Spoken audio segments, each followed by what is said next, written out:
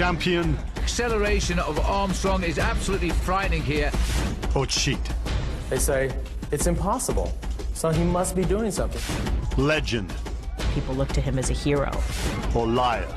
To think that I'm going to come back into sport and risk my life with performance-enhancing drugs is crazy. Miracle man. This ain't going to stop me. Or a master of deceit. This is the story you don't know. You were either with him or you were against him. The drugs. U.S. Postal Service's pro cycling team, including Lance Armstrong, ran the most sophisticated and successful drug program that we've ever seen. The deception. Lance Armstrong is the greatest cheater in all of cycling's history. And the damage done.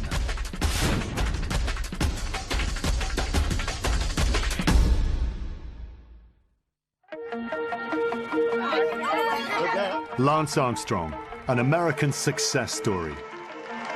But a few hours with Oprah Winfrey changes that story forever. Did you ever take banned substances to enhance your cycling performance? Yes.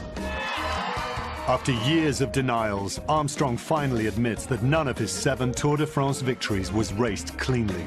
Lance Armstrong used, possessed, and distributed these dangerous drugs, all so that they could win Tour de France's. 1999, the U.S. Postal Pro Cycling team goes to Europe with one unlikely goal: to win the biggest race in cycling, the Tour de France. Lance Armstrong is the team's rising star and its leader. I was following him before I even started cycling. Tyler Hamilton is one of Armstrong's wingmen in the peloton, the fast-moving pack of racers. I was right in the middle of it for years. It was almost like we were one big family or one big fraternity. I was honored to be his teammate. The Tour de France is an epic 3-week battle where riders from more than 20 teams race more than 2,000 miles through vineyards, up mountains, and all the way to the Champs-Élysées in Paris. Professional cycling is almost like a cross between NASCAR and horse racing. I mean, it is almost a full contact sport at times, incredible human drama and suffering on the road. But in 1999, Armstrong thinks his team is far from looking like world champions. The expectations were quite low. No one expected them to win for sure. Just 3 years earlier, Armstrong had been diagnosed with aggressive cancer. I was in denial. I thought this can't be because I'm 25 years old. Why would I have cancer?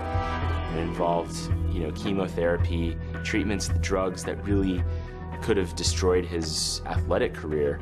So he was incredibly lucky to get through that. When Armstrong enters the 1999 Tour de France, his best finish in the race is 36th place.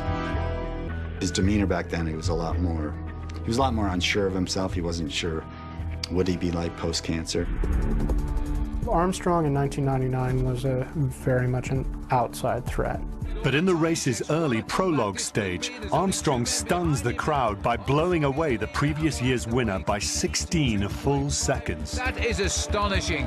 When Lance has a goal, don't get between him and that goal. The moment starts Armstrong's comeback, one marked by extraordinary physical training and something else: performance-enhancing drugs. Armstrong's doping started back in the mid-1990s when he was on the Motorola team. In 2012, Stephen Swart, a retired Motorola teammate, admits to doping while riding with Armstrong in the 90s. I first started doping to be there, and not let the team down. According to Swart, he, Lance Armstrong, and other teammates discuss and use banned substances. The conversations I had with Lance about doping was basically on the bike, out training, There was serious talk about getting on the EPO program. Riders have been secretly using drugs to push past their physical limits for as long as cycling has been a sport. But in 1998, the extent of doping in professional cycling is exposed to the world. At the start of that year's Tour de France, border police find a large amount of banned substances in a car belonging to a French cycling team. The following year, race organizers try to move past the scandal and dub the 1999 race the Tour of Renewal. But according to some of his teammates in a report released by the United States Anti-Doping Agency, Armstrong urges them to start doping. Convinced he knows what it takes to win the 1999 Tour de France, Armstrong surrounds himself with the best team possible. And according to the Anti-Doping Agency report, a critical player in that dream is Michele Ferrari, an Italian sports doctor that Armstrong has been quietly consulting for years. Dr. Ferrari in cycling was known as the guy who doped cyclists. He's known for taking a very intellectual approach to the sport of cycling, a real numbers-based approach. He loves spreadsheets, he likes to plug in numbers. But he's also accused by others of using questionable methods. Despite his reputation, Ferrari insists that his program is legit.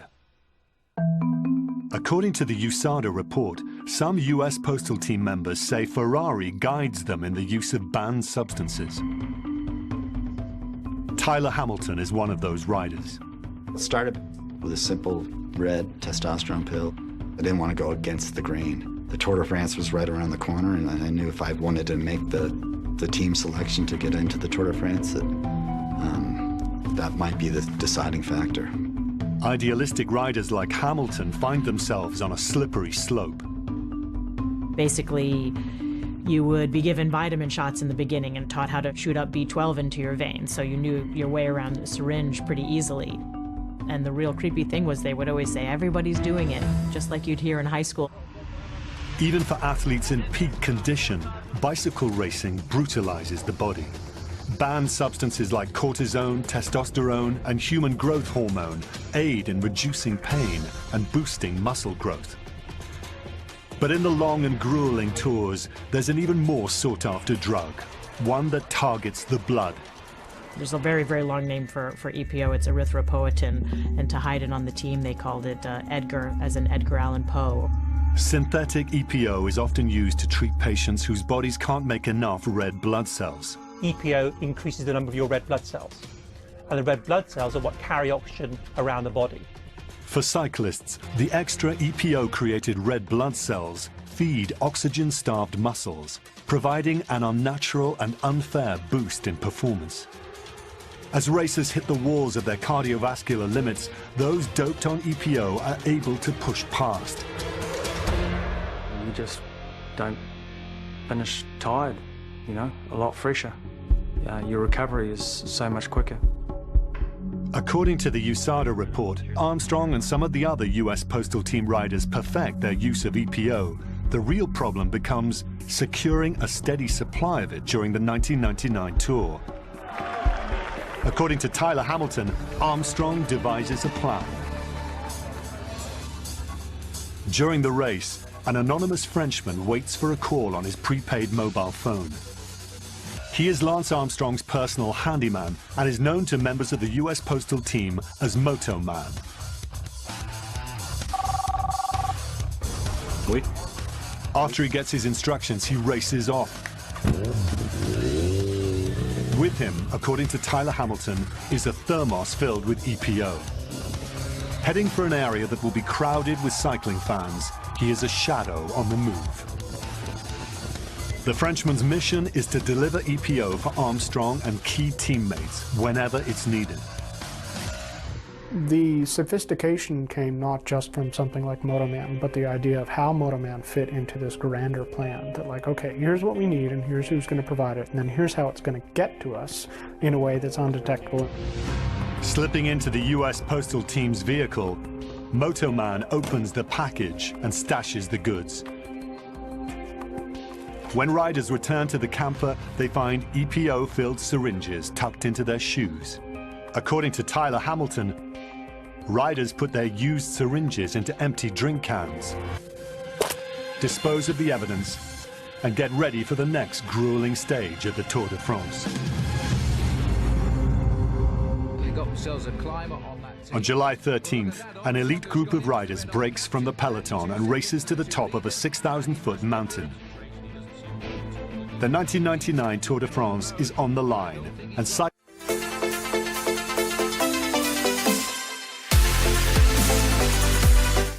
cycling fans wonder if Armstrong, the underdog and cancer survivor, has what it takes. He wasn't an all-rounder, he wasn't a super climber, and his results in prior Tour de France's, he couldn't match it with the top guys on the climbs. But Armstrong erases any doubts. The acceleration of Armstrong is absolutely frightening here. Armstrong passes two of the sport's best climbers as if they're standing still. He's now heading up to a likely victory here at Sestriere. He wins the stage by 31 seconds, propelling him even closer to the winner's podium in Paris. Lance Armstrong looks to the sky. I feel great, and even more importantly, my team feels great. We think that we have a good chance of winning. Morale is high, but among the cheers are whispers of foul play. The Armstrong camp was always quick to shut those down. When he does come back and he's successful and he leads the Tour de France and he possibly wins the Tour de France, do you know what they say? They say, it's impossible. So he must be doing something. We only have one thing to hide, and that's our hard work. Behind the scenes at the Tour, though, Armstrong has a big problem. One of his drug tests comes back positive for cortisone, a drug that without a doctor's prescription is banned in cycling. According to sworn testimony by team masseurs Emma O'Reilly, Armstrong and team officials come up with a simple solution. Backdate a prescription for cortisone. So that the prescription technically started before the tour started, so that he'd already been taking cortisone. Emma O'Reilly, she was in the thick of it. She saw a lot of the things that were going on within the team. Racing authorities are satisfied with the explanation from Armstrong's camp. To think that I'm going to come back into sport and risk my life with performance-enhancing drugs is crazy. Accusations of doping are overshadowed by Armstrong's extraordinary comeback story. There is no doubt that the cancer, his coming back from cancer, had blinded everybody to what he was really doing. On the 25th of July, the world cheers him on to his first Tour de France victory. But to the man who has won the Tour de France, Lance Armstrong, only the second American cyclist ever. On the Champs-Élysées in Paris, cycling's new king is crowned. It's been crazy. It's obviously you're exhausted from the Tour de France itself, and so your body wants to take a rest. But there's no rest for the weary, and the need for speed reaches a whole new level.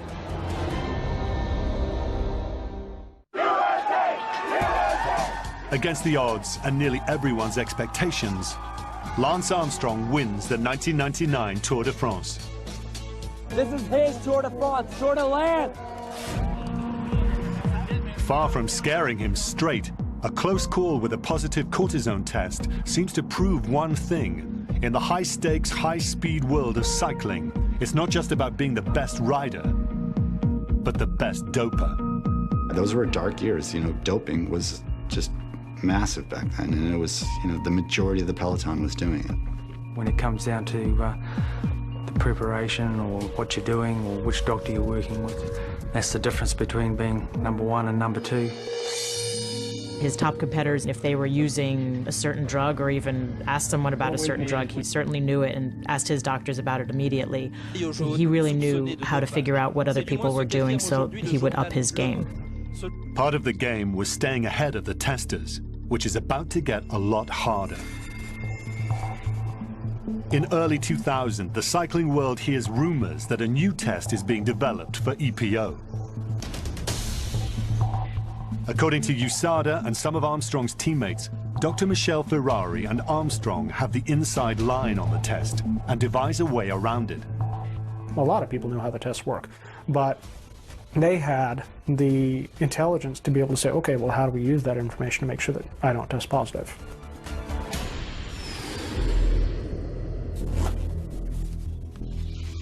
According to Hamilton, in the summer of 2000 at a discreet beachside hotel in Valencia, Spain, Armstrong, Hamilton, and another postal rider prepare for step one of a blood transfusion.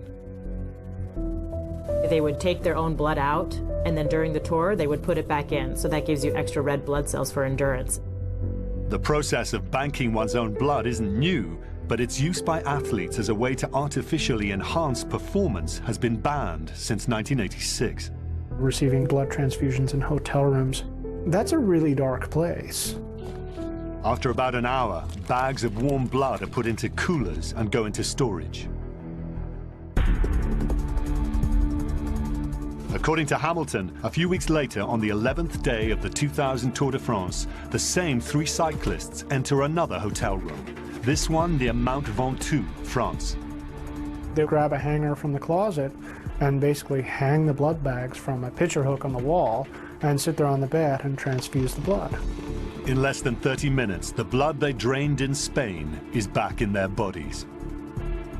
Tyler Hamilton has described it as having this feeling of this cold liquid entering your body. The riders' bodies, having naturally recreated the blood they lost in Spain weeks before, are now reinfused with trillions more oxygen-carrying red blood cells. Giving yourself more blood than you've currently got is the single best way of improving performance. EPO takes a long time. A blood transfusion, bang, wow, you're there. And unlike EPO, doping with your own blood is virtually undetectable. 13th of July, 2 days after Armstrong and teammates are allegedly reinfused with their own blood, they set out on a notorious mountain stage of what Armstrong hopes will be his second Tour de France victory. Every mountain stage that you could finish was basically one step closer to Paris. Once again, Armstrong makes his move. Well, look at this then, Armstrong, and they wouldn't have expected that. Ulrich has done nothing about it at all. He saw the speed of the acceleration. He's chasing just one man on the road, the man who's in the pink jersey of Perkin. He catches up with one of the sport's greatest climbers, Italian Marco Pantani, who'd been disqualified from an earlier race for irregular blood values. And he's taken a real good look at Marco, almost as saying, the back wheel for you, Marco, jump on if you can. The men sprint up the 6,000-foot mountain. It's an extraordinary moment. I don't think anyone would have done that well on that mountain without doping.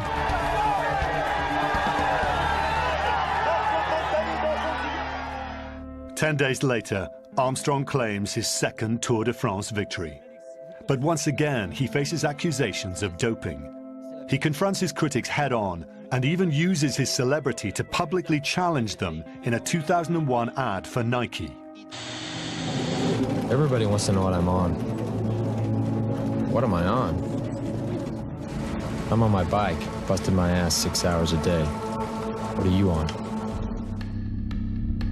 Betsy Andreu, wife of cyclist Frankie Andreu and a former member of Armstrong's inner circle, witnesses his tactics firsthand. Lance really relied on the media and politicians. He cozied up to politicians and to people in power. And so he built this empire. When an accusation comes up about doping in his career, those accusations are quickly shut down. Armstrong is undeniably persuasive. Why would I take that risk? I have everything I need. I have money, I have contracts, I have a family, I have my family's name. Do you think I want my son to go to high school in 2012 and somebody to say, oh, Luke Armstrong, your dad got busted? But behind Armstrong's confident denials, teammates say they play a dangerous cat-and-mouse game with the testers. Right now, on the record, for all of America, the world to hear, have you ever used performance-enhancing drugs? Of course not. Never. Not once. Cycling has been criminalized and singled out. Lance Armstrong continues to fight back aggressively against doping accusations, while teammates say Armstrong and others are engaged in an elaborate and risky system. One rider says he helped Armstrong narrowly escape a positive drug test at a 2000 race in Spain. George Hincapie, Lance Armstrong's right-hand man, actually texted to warn Lance that there are drug testers at the hotel. According to Hincapie, Armstrong has testosterone in his system and drops out of the race to avoid being tested. The team ran the program to ensure that they never tested positive by getting advance notice of the test, dropping out of races when they knew that they were hot and would test positive. Tyler tells a story about when a tester comes to the door, and he knows that if he gives a sample, he's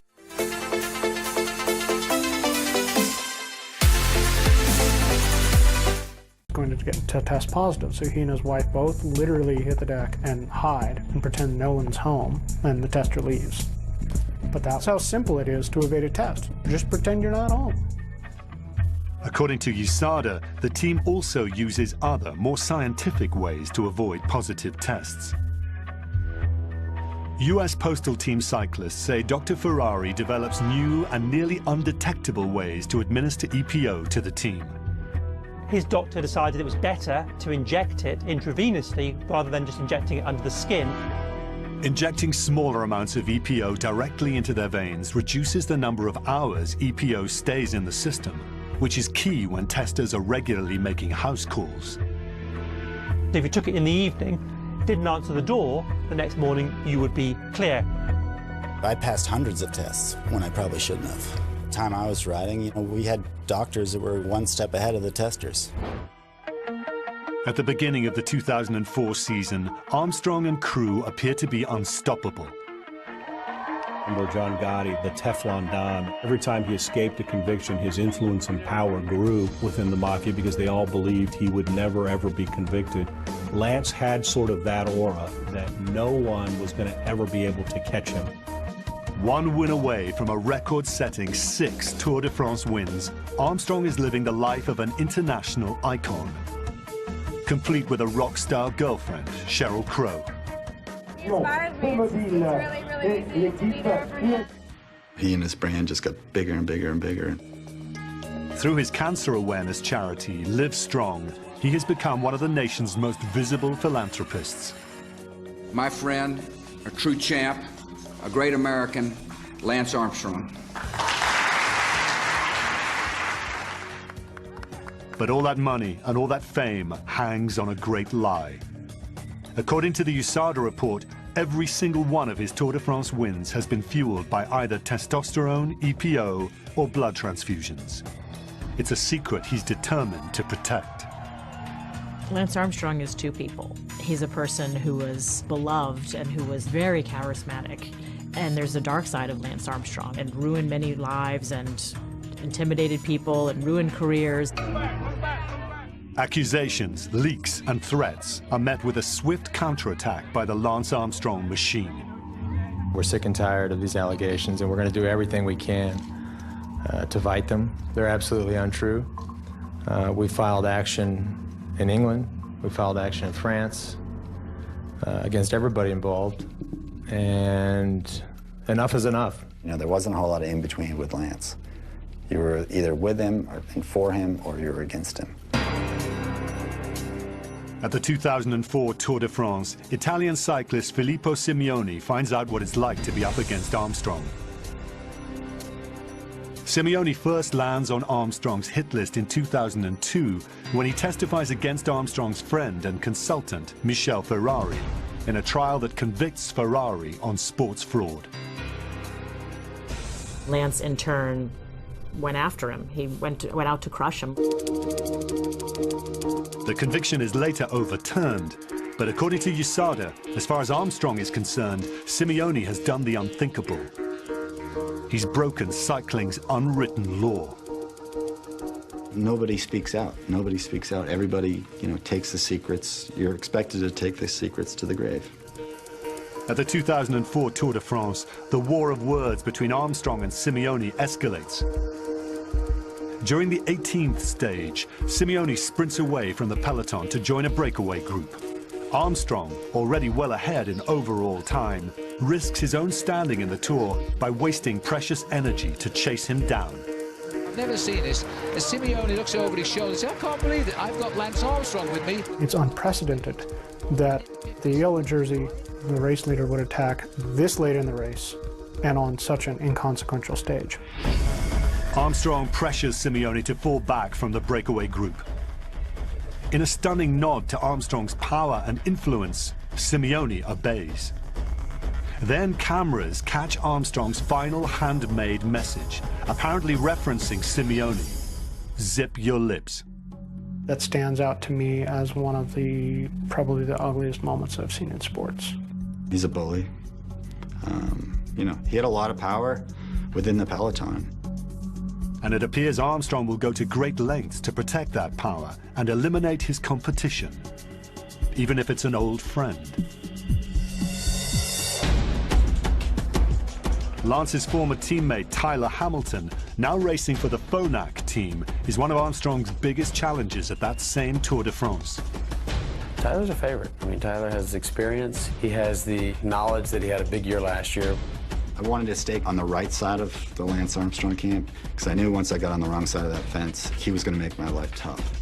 Hamilton says that after a pre-tour race, he's called in for questioning by the UCI, the International Cycling Union, about a suspect drug test. He'd been kind of put on notice by the UCI that he'd had some unusual results. He's shocked to hear from another cyclist, Armstrong confidant Floyd Landis, that it was Armstrong himself who informed on Hamilton to the UCI. Lance has this kind of warped sense of honor. He wasn't above turning in, you know, ex-teammates and rivals when it suited his purposes. It's a scare, but Hamilton is told not to worry and to keep racing. It's not just the competition. Armstrong's own teammates, who don't get with the program, also feel at risk, including his good friend Frankie Andreu. Before the 99 Tour, Lance chides Frankie for having a bad attitude, not being a team player, being arrogant, which was all code for, you're not doing what it takes. Lance brought it up again in 2000. It's time for you to get serious. Those were the words he used to see Ferrari. While he is using all these drugs, intimidating people, people still saw Lance Armstrong as their hero. Millions and millions of people wore his yellow bracelets because he was their inspiration, and they just could not see the other side. But Armstrong's public image is on a collision course with his secret life. You have never taken any performance-enhancing drug in connection with your cycling career? Correct.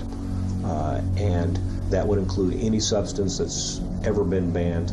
Is that fair to say? Correct. Okay. In 2004, an insurance company, SCA, refuses to pay Armstrong millions in bonus money amid reports of him doping. Armstrong sues them. It was from a syringe mark.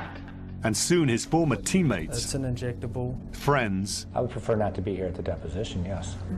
and Armstrong himself are testifying under oath before lawyers. It affirmatively did not take I know place. it didn't. How could it have taken place when I've never taken performance-enhancing drugs? Okay. How could that have happened? That was my point. You're not. It's not just simply you don't recall. Just. How many times do I have to say it? I'm just trying to make sure your testimony is clear. The case threatens to expose Armstrong's doping program, and he goes to great lengths to try to keep his secrets from being revealed. When Betsy Andreu arrives for her deposition, conducted by SCA attorney Jeffrey Tillotson, she's shocked to see Armstrong in the room. Betsy immediately jumps up and goes outside. We follow her, I do, and she is freaked out. She's like, oh my God, he's here, he's here. Why is he here? Armstrong sits across from Andreu during her entire testimony. What was it that your email to Mr. Armstrong said? Andreu refuses to be intimidated by his presence. I said you are very disrespectful to people. You treat people like Frankie is a friend of yours. He's not an employee. We don't have to put up with it. Andreu drops a bombshell in her testimony when she recounts a conversation she says she heard Armstrong have in 1996 with the doctor who treated his cancer.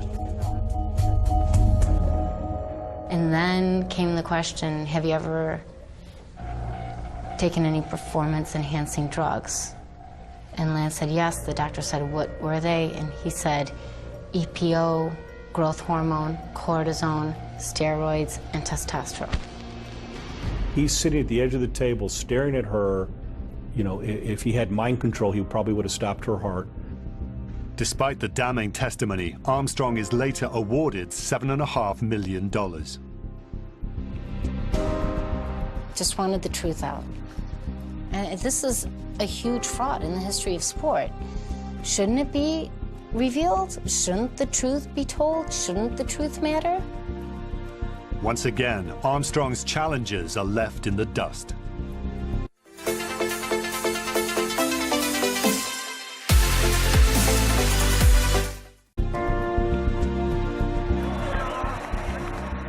And the world watches in awe as Armstrong pushes himself even further at the 2005 Tour de France. Lance Armstrong has pedaled his way to an unprecedented 7th straight Tour de France victory. But doping accusations continue to haunt the sports legend. And in his latest moment of triumph, Armstrong thumbs his nose at the detractors. The last thing I'll say for the people that don't believe in cycling, the cynics and the skeptics, I'm sorry for you. I'm sorry you can't dream big, and I'm sorry you don't believe in miracles. He knew that people knew he was doping. He knew that people were basically onto him and couldn't prove it, and he basically just threw it back in everybody's face. Then, at the top of his game, Lance Armstrong retires. It's time for me to stop and go home and be a full-time dad. The following year, his friend and former protege, Floyd Landis, picks up the torch. If anyone was going to fill his shoes and become the next great American cyclist, it was going to be Floyd Landis. Since joining the US Postal Team, Landis trained closely with Armstrong and helped him win 3 Tour de France titles. According to Landis, his time with Armstrong is also spent in the dark world of doping. He first was sort of indoctrinated into the doping program during the sort of warm-up race before the Tour de France. When he joined Lance Armstrong, he became something else. He was really inside all of the drug use. And in 2006, Landis continues the American winning streak and captures the yellow jersey. American Floyd Landis is celebrating his big victory today. I'll be happy about this for a long time. Now it's Landis' turn on top. And like Armstrong before him, he's convinced they'll never catch his doping. But he's wrong. After his breathtaking win in the Tour de France, American Floyd Landis has tested positive for unusually high levels of testosterone. Landis desperately fights back against the charge. I would like to leave absolutely clear that I'm not in any doping process. But when it comes to convincing denials, Floyd Landis is no Lance Armstrong. To a credit that the levels I have had during the tour and all my career are absolutely natural and produced by my own organism. The cycling community is not convinced, and the UCI strips him of his title. He's banned from cycling for 2 years. In the world of cycling, when you test positive, they throw you out like garbage. You were nothing. The alienated cyclist is haunted by his failed drug test. If the world finds out that you have a positive drug test, it's a disaster. Floyd Landis fought his case for many years, took his 2-year suspension, came back in the sport, and couldn't get a job on the highest levels of cycling. Not even with his old friend Lance Armstrong, who 3 years into his self-imposed retirement makes a startling announcement on the Livestrong website. After long talks with my kids, the rest of my family, close group of friends, I have decided to return to professional cycling in 2009. Armstrong says Landis threatens to go public with doping accusations unless he gets a job with Armstrong's new team. Something Landis denies. Regardless, Armstrong turns his back on his old friend. Lance's shunning of Floyd was one of the worst mistakes he could have made. I think that was the moment where Floyd basically said, okay, the heck with it. 4 years after his brief shining moment on top, Floyd Landis enters a Beverly Hills restaurant to meet with a cycling official. Landis sets an audio recorder on the table, presses record, and shatters the sport's code of silence. Landis unburdens himself of what he says are years of lies about doping on the US Postal Team. Big props to Floyd Landis for finally coming out and telling the truth. Landis doesn't name Lance Armstrong, not yet. But the story he reveals lights the match for the firestorm that will soon envelop Armstrong. Floyd said, well, if you really want to know what's going on, I can tell you. Word of Landis's claims reaches Federal Food and Drug Administration agents who meet with the disgraced cyclist.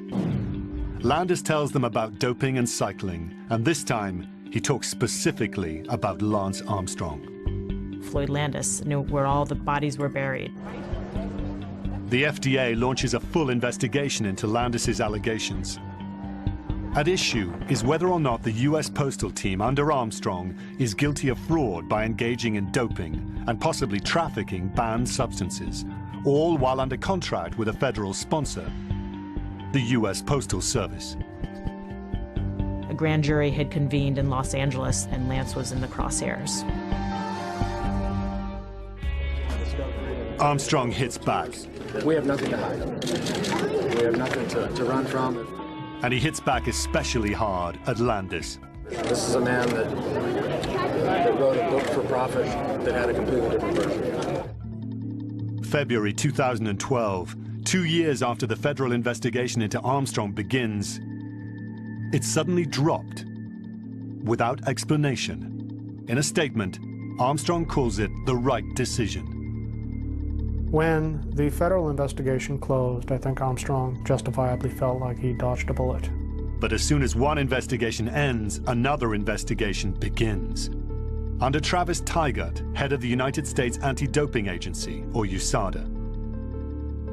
No athlete should be put in the situation where to achieve their dreams they have to resort to dangerous cheating.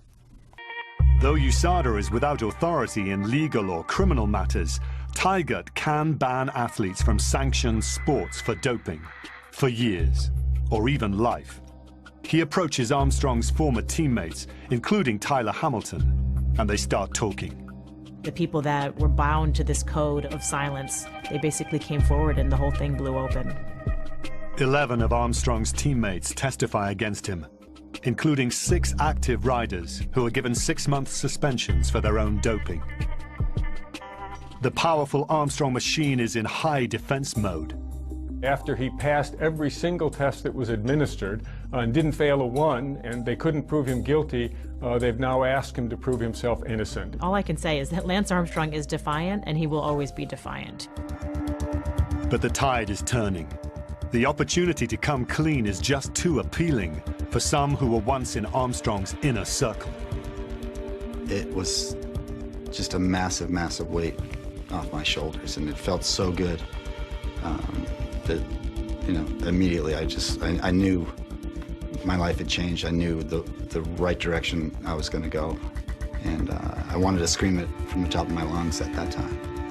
In October of 2012, USADA publicly issues a full report, and it reveals what they say is Armstrong's secret world. This was the game changer. This is what took it from being you could believe one side or the other still. 1,000 pages lay out incident after incident of doping on the U.S. Postal Cycling Team. Names, dates, and locations, all in great detail. It's a scathing assessment of the man USADA paints as the ringleader, Lance Armstrong. I think it proves beyond any doubt. Unfortunately, the U.S. Postal Service's pro cycling team, including Lance Armstrong, ran the most sophisticated, professionalized, and successful drug program that we've ever seen. Lance Armstrong is the greatest cheater in all of cycling's history.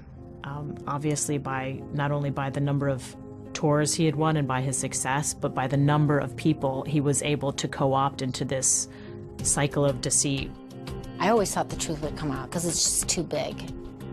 But I never imagined it would be what it is, because we were so surprised by so much of it ourselves. Just the magnitude it's staggering. Staggering. Just 1 week after the USADA report is released, Armstrong speaks at his Live Strong Foundation's 15th anniversary. It's been a difficult couple of weeks for me, for my family, for my friends, for this foundation. On that day, Tyler Hamilton saw a changed man. I know him well enough. I could see he's broken. He's a broken man. I don't know, I could just tell by his voice. As the scandal grows, day by day, Armstrong's legend continues to crumble. On the 22nd of October 2012, Lance Armstrong's disgrace is official. He is stripped of his 7 Tour de France titles. He's also banned, not only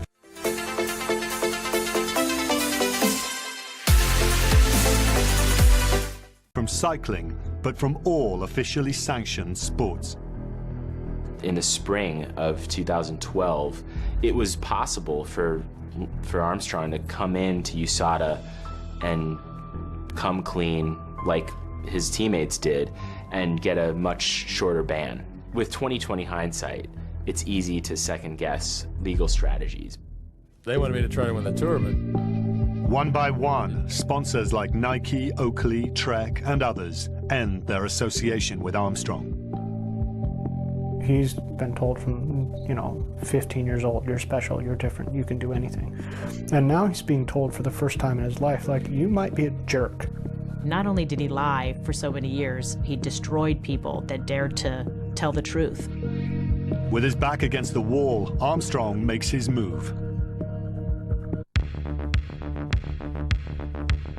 The history, the glory, and the legend of Lance Armstrong crumble under the searing allegations of the USADA report. By the autumn of 2012, the once untouchable Armstrong is in a tailspin. Lance was, such a powerful guy back in the day, and I never thought the walls would be crashing down like they have done. And yet, right after being stripped of his Tour de France wins, Armstrong posts a Twitter photo of himself lounging beneath his 7 framed yellow jerseys with the caption, "Back in Austin and just laying around." I don't think Armstrong ever took it fully seriously right up until the end. I don't think he saw it for the threat that it was. But as the scandal deepens, this time Armstrong can't just dismiss or deny the pressure. On the 17th of October 2012, Armstrong resigns as chairman of Livestrong, the organization some have called his greatest legacy.